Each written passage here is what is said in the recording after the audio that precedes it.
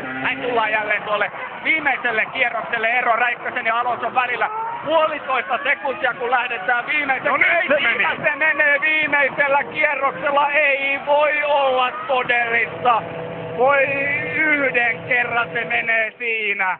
Räikkösen voitto räjähtää. Se räjähtää viimeisellä kierroksella Euroopan GP:ssä. Oikea eturengas lentää taivaan tuuliin ja Fernando Alonso menee menojaan.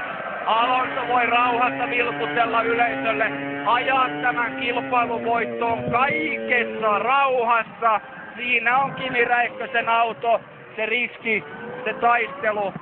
Se päättyy tähän, se päättyy. Eikä kuinka muutenkaan yksi kierros ennen maalia näin dramaattisella tavalla.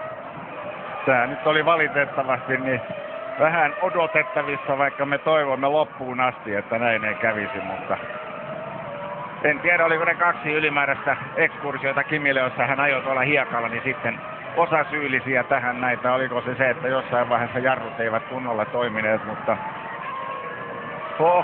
ja ei tässä muuta voi sanoa ja loppupeleissä niin todetaan, että onneksi ei ainakaan tossa kohtaa ulos, jossa Kimille tapahtunut mitään muuta kuin toivon mukaan